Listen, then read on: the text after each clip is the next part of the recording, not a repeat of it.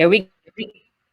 Morning, y'all, and welcome to the Talk Black segment on this Good Tuesday morning with me, Dr. CBS, my girl, Dr. Layla Brown, where we talk back about all things Black, and this month, all things Black August. Exactly. So we have a plan to have a guest today who will continue our discussion of the commemoration and observation of Black August from a sort of local perspective in the Philadelphia area. But before we get to that, it is time for the plant of the day. So I was trying to decide what plant to feature today. And this is one of my favorites because this is one that tends to be very rewarding in terms of growth. It's a kind of quick grower. So this is the Callipia zebrina. It's in the prayer plant family, but it's not as difficult as most of the other prayer plants. They can be very, very fickle. This particular plant is native to Brazil. And because of that, it needs a lot of water, a lot of humidity. This plant right now in the summertime, I probably end up watering like every other day almost. I also want to shout out the planter that I have taught growth to me. I forget who I got it from, but I really do enjoy this planter a lot. But anyway, I think we talked about some of the air purifying qualities of some of the other plants, but this is also an air purifier. And what I really like about this particular plant is that it can grow quite big. It can get up to about 3 feet. And some of the leaves, when they really are flourishing, can get up to about 2 feet big. But let's see, I'm trying to think about what else about this plant. So this one, I think I said it already. It requires a lot of humidity. I don't know if you can see some of the curling leaves that I have happening. So I have it sitting in my window, which is east facing. So it gets morning sunlight. So it's not too bad. If you live in a house that has a lot of direct sunlight, you don't want to have this type of plant in the window. But if you have like a bathroom with something that has a lot of bright light, and there's a lot of humidity, warmth, and light, these will do really well in those places. I often, when the leaves start to curl, I let them curl all the way and then I cut them off. But you can see as they start to grow, they kind of pop up in this little round manner, and then they begin to open up, and they actually are kind of velvety. But this is the Callipia zebrina in the prayer plant family, but not as difficult as most Callipias, native to Brazil, and an air purifier. So this is our week. This is our plan of the day for the week. And I'm kicking back to CBS. All right. So today we have a wonderful guest, another one of the homies, as per usual, Dr. Krystal Strong, y'all, who is an assistant professor at the University of Pennsylvania and the Graduate School of Education and a core organizer with Black Lives Matter Philly, the Black Philly Radical Collective, and the Pan-African Solidarity Network. Her research and teaching focus on student and community activism, the culture and political power of youth, and the role of schools as sites of struggle in Africa and the diaspora.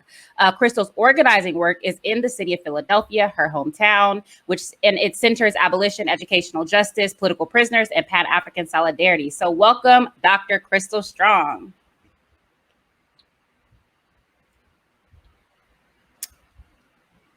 Okay. Hey, girl. Good morning. How y'all doing? We out here. So we have a lot to cover. So let's hop right in. Thank you for having me. Of course. Thank you for being here. So it's Black August, and we've been discussing across our platform that this month is really about the experiences, realities, and contributions of political prisoners and their central role in the struggle for Black liberation. So can you start by speaking about the organizing you've done around freeing political prisoners, especially since Philly seems to be a particularly important place for doing that type of work?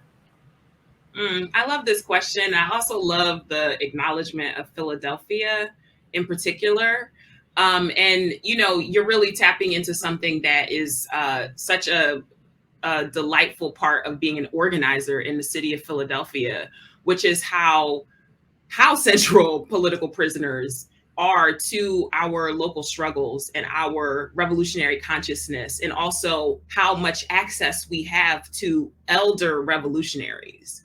And so I must say that even though I'm from Philly, I organized in Philly, it wasn't until I came home after grad school that I really started doing work around political prisoners. And Go Bears. Just wanted to throw that in there. UC Berkeley, go Bears. Right. Yes, absolutely. And, it wasn't until I came home that I was kind of trying to figure out where I wanted to do my organizing work. And, like a lot of cities that have organizing communities, like it's kind of like if you know, you know. And so it wasn't easy at first to kind of find my folks, right? Like I knew that like MXGM was active. I knew that, there were a lot of groups that were active, but getting in touch, finding out where the meeting is at, it wasn't easy at first. And actually, I must say that the first group that I found accessible was the Campaign to Bring Mumia Home. And so when I returned like that fall, the first like organizing meeting I attended was, I think it was like a winter meeting for the Campaign to Bring Mumia Home. And the MC was Mama Pam Africa, who is the Minister of Confrontation of the MOVE organization. And so just seeing how like the fight for Mumia's freedom and the fight to bring the MOVE 9 home were intertwined was really, really important for my kind of understanding and grounding in Black revolutionary organizing in Philadelphia. And, over time, my connection with the fight around political prisoners, it had everything to do with those relationships, cultivating those relationships, getting to know and learn from and be mentored by Mama Pam, for example. And, I think things really came to a head for a lot of us when the MOVE 9 started to be released in 2018. And so for folks who are not familiar with MOVE or the MOVE 9, we are actually 2 days out from the 43rd anniversary of August 8th, 1978, which is when 500 police officers descended on West Philly, Powelton Village, actually just a few blocks from Penn, as a matter of fact. And, there was a siege of the MOVE's compound, their headquarters. And in the course of just a day of just terrorism, police terrorism, the MOVE 9 were captured. They were arrested. And 2 years later, they were given 30 to 100-year sentences. And so they're in mind you, these are teenagers and people who are in their early 20s who are revolutionaries, right?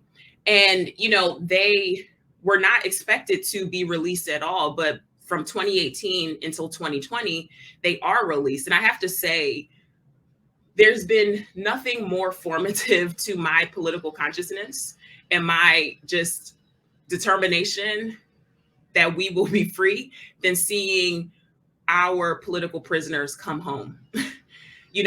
Getting to form relationships with members of the MOVE 9, getting to meet Delbert Africa before he passed. And, Delbert Africa was one of the last members of the MOVE 9 who were released, and he passed away. And again, this is an extension of these carceral systems. He had cancer, right? Many of our political prisoners like Maroon, Mutulu are suffering from cancer. Mumia with hepatitis, he had heart surgery recently, and it is prison conditions that are responsible for this. It's medical neglect, right? It is another form of state-sanctioned murder that is happening to our political prisoners and folks who are incarcerated. But Delbert passed less than 6 months after he was released. And for me, it was so heartbreaking. It was so heartbreaking. And I think, we talk a lot about like free X, free Mumia, free the MOVE 9, free Maroon. And all of that is important. But I don't know if we think enough about what happens when they come home. You know what I mean? Like the resources that they need. It's particularly for medical care for elder political prisoners, people who are serving 20, 30, 40, 50 years. They need care. They need resources. They need to be able to live out their years with dignity, right? And so after that happened, in the course of the uprisings last summer, I helped form a campaign called Brick by Brick, Freedom Fund for Political Prisoners, that was established in honor of Delbert Africa, to raise money for former political prisoners, current political prisoners, and people who are being targeted for political imprisonment. And so, that is a huge need. And we are focused on 10 Pennsylvania political prisoners. But, this is the situation all over the country, all over the world. But, we are very clear that we can't be talking about abolition. We can't be talking about being free on the outside if we are not thinking about the folks who, just like us, were fighting in the streets, but who are now behind the walls. Thank you. I mean, one of the things that I think really inspires me, Krystal, about the work that you do is, I think, the way you try to think comprehensively about what it means to be an activist, an intellectual, a scholar, and a person who lives in the community, and not just lives in it, but is also from it. But also, as a fellow anthropologist, I have maybe somewhat selfish question about praxis, but I wanted to ask you to tell us a little bit more about how you navigate that, particularly in light of the work that you do with MOVE, and in light of the controversies that have come up with Penn this year and MOVE. How do you go about navigating your sort of political, intellectual, and personal commitments in the classroom and beyond at a place like Penn? I love this question. I appreciate this question. I don't think we have enough space to talk about this, in part because most people ain't doing this type of shit. Like, let's be real. You know what I mean? Like, most people are not, because it is not encouraged, right? This type of stuff gets you fired, and it might get you like for real. I'm untenured, right? And we can think of like folks in recent years who have been like, even with tenure, who have not been renewed. Like, there are a lot of risks involved with this kind of work and this kind of political stance, and like bringing all of who one is and the work that we do in the world into our professional work. And I must just, look, I am not out here moving strategically. Like, I'm not, if it was about like, oh, let me just make the moves that'll get me to tenure, that'll get me to full, I would not be moving like this at all. And in fact, if I was not in Philly, I don't know if I would be this, I don't know if I would be this hard body. Not that I wouldn't be organizing, but it's different when it's your community. And I think, for me, being at an institution like Penn, I just feel embattled. I feel embattled because, and I'm not even talking about the way people are treating me, which is its own issue, but, I never stepped foot on Penn's campus as someone who lived like 10 minutes away from Penn until I was having my campus interview for this job 6 years ago. And so I never forget a moment that I'm here, that, this was not an institution that felt accessible to me. Like, this is not an institution that I felt like I belonged in. And, I think people might have perspectives about the prestige of Penn or the prestige of just higher educational institutions, but for the communities that surround them, it's not always that. Like, people are not drinking the Kool-Aid, and people have always antagonistic. Yeah, people have a perspective on the deep and historic harms that they have caused. And so, I must say, and I'll just like close with this, I got death threats my first year.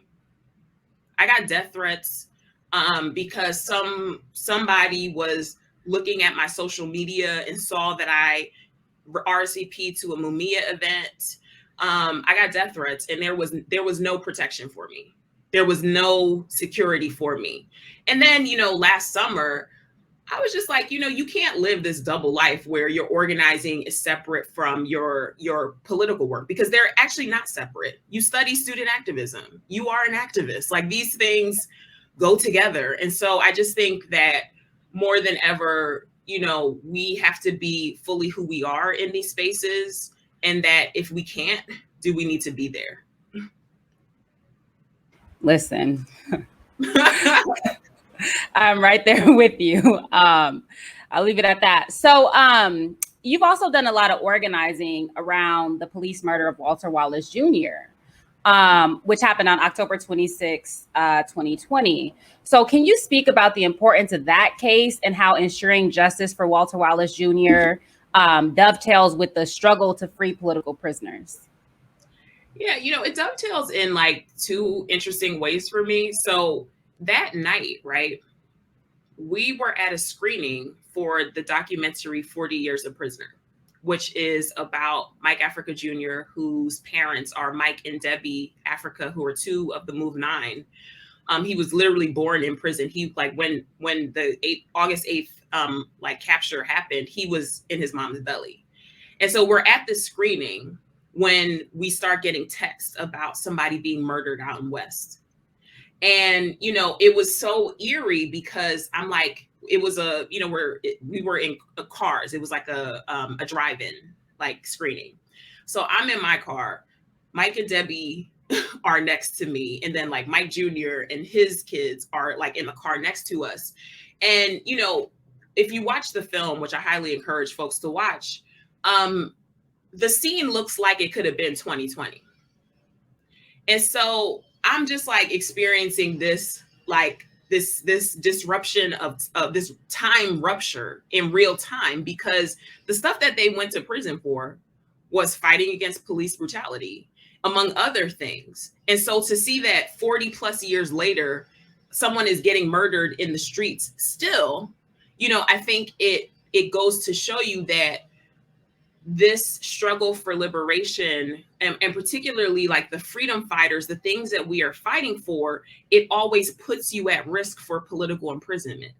And the way that became firmly, like fundamentally clear is that, we were outside and we were in the streets for 2 nights, 2 of the most like wild nights of my life. Not even just my organizing, but just my life, because the community really stood up and would not allow the police to bully us, and to redirect from the fact that you just murdered somebody, right? Who needed care.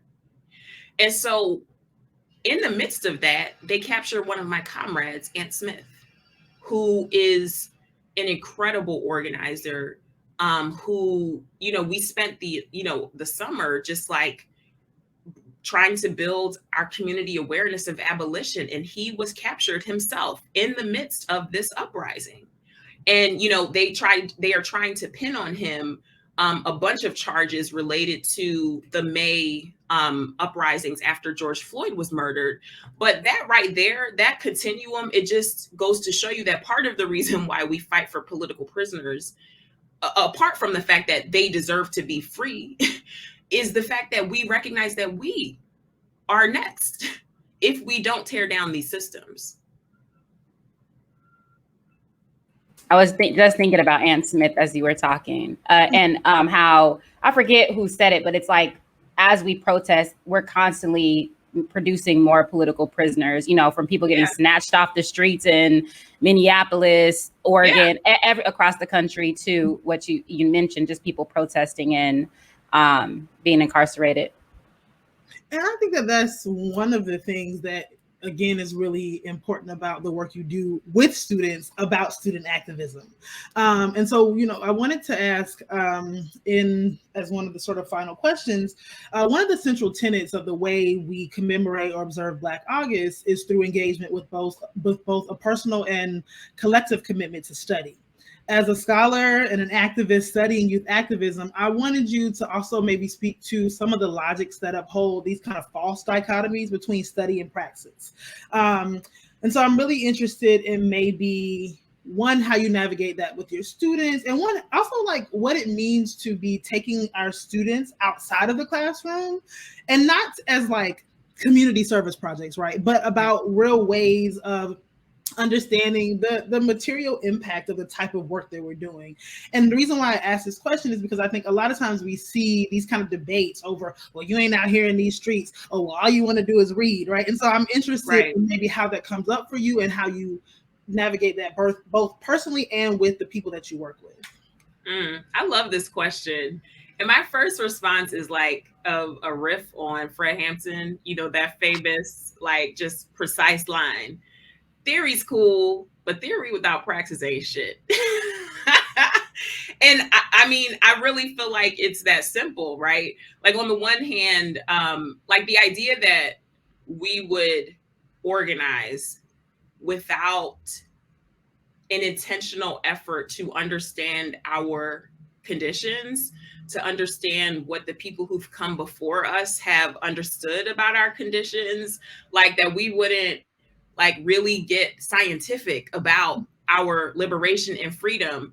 It is actually an aberration if you look at our long trajectory of like the black radical struggles. And it's quite disrespectful to so many of our forebearers and freedom fighters who were like actually scholars, not scholars in the like university academic sense, but like when you listen to Fred Hampton speak at the age of 20, this is someone who was so precise and studied. If you listen to, for example, like the move members who were in their teens, like their level of analysis, like you can't get that unless you are studying.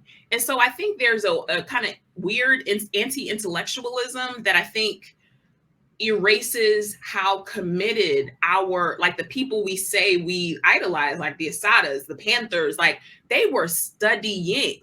And not only studying, they were producing knowledge, right? And I remember, when I was a very young organizer, when I was in college, I had the benefit of being mentored by members of the AAPRP. And they do not play about political education, study circles. They were giving me denser material that I was getting in my college classroom. And so I think it's a disservice to the struggle, and also like a disrespect to those who've come before us, to kind of separate study from praxis, because we've always understood like liberation to be like a science, like a matter of like precision, like we have to be scientific about how we are going to get free. And I appreciate that, and I we all have our own experiences about what brings us to things, but I do think that that's really important. It's one of the things as a child and a current member of the AAPRPGC, that process of engaging in study, but again, particularly the process of engaging in study collectively, right? And that is one of the things that I think is often left out, right? Again, it's not just this sitting in a corner reading the book alone, but it is really working through these ideas. And I don't think that you don't develop the types of public speaking skills and debating skills that those people that we look at, people like Kwame Ture, you don't do that without that kind of level of study. No. And also, again, I appreciate even this, I don't know, people use different terms to refer to them, but even this notion of a so-called organic intellectual, like for me, when I think about scholarly engagement and intellectual activity, I'm never thinking about these institutions, because I come from a parent who does not have a college degree, but is more studied than most people I know with PhDs, right? And so I thank you for holding that up. And ain't no, like, for real, ain't no armchair revolutionaries. You know what I mean? Like, some people disagree with that, but that's my own stance. Like the work of the revolution, it requires study and praxis. And I think, if I can say one tiny thing more, like, as an organizer and like someone who studies organizing and activism, I started to think even just like about my pedagogical approach. And, I, with students, created a kind of classroom experiment called Activism Beyond the Classroom, which like lives online, and like folks can check it out if they're interested in seeing how we approach that. But the basic premise is that we have more to learn from the movement, right? Like the movement is like a source of knowledge production. And, we can work in service of movements from this space, beyond this space. And so I think that part of that dichotomy, that false dichotomy, is because we've created these like boundaries between the campus and the movement that we have to continue to transgress. Yeah. Part part of what I was thinking about as you were talking was just, balancing, like challenging anti-intellectualism on the one hand, but also I can understand that impulse when there are academics who come in and parachute into movements and try to take shit over. And so we need to disentangle those things. And as you were saying, like everybody we love study, period. Right. And so on that note, I wonder if you got any readings, podcasts, films, or other resources that you want to recommend based on the numerous topics we've covered with you today. Yes, you know what? And I want to switch it up. I want to recommend that folks read like your favorite freedom fighter. Read them. Read Assata's, like autobiography. Read Mumia's dozens of books. Mumia is one of the most prolific. Mumia Abu-Jamal is one of the most prolific scholars at period. Read his writing. You know what I mean? Like read folks who have been in moments that feel similar to where we're at right now. And I think, we do a lot of quoting, like we might do the Assata chant, but it's really important for us to contextualize those in people's experiences. We still have a lot to learn from them. I would also recommend a podcast and a media platform, Prison Radio. I love Prison Radio. Prison Radio is a podcast where you can hear from Mumia regularly and other currently incarcerated folks. It is a space where there's these like short episodes because of just the dynamics and the limitations of just communication when you are incarcerated. But it is such a great just resource of just like knowledge for folks who are like quite literally incarcerated. And I also have to say, like, if you haven't heard Mumia's speaking voice, Mumia has the most incredible speaking voice, and it's a different experience to be able to like hear from him directly. And a lot of people don't know that Mumia was and is a journalist, and so I definitely recommend that platform. There's a bunch of Move media that has come out and that is coming out that is Move folks telling their story. So I mentioned 40 Years a Prisoner. Mike and Debbie recently came out with a documentary about how they maintained their union over 40 years of imprisonment. It's called By Your Side. And so there's things like this. And I guess what I'm trying to say is that we should read and listen to our political prisoners themselves. Thank you. I have not seen that, but I'm interested in that because I also think sometimes, even though we don't need that necessarily concentrate so much on the person, I think it is really important to think about these interpersonal connections, how we maintain them through these structures that attempt to dehumanize us. And so I really wanted to say thank you for being with us today. Thank you. Sure we will have many occasions to have you back on in the future. And I want to say thanks to the audience as usual. Thanks for tuning in. Catch us next week. Same black time, same black place. Thank you so much for having me. Much love, y'all.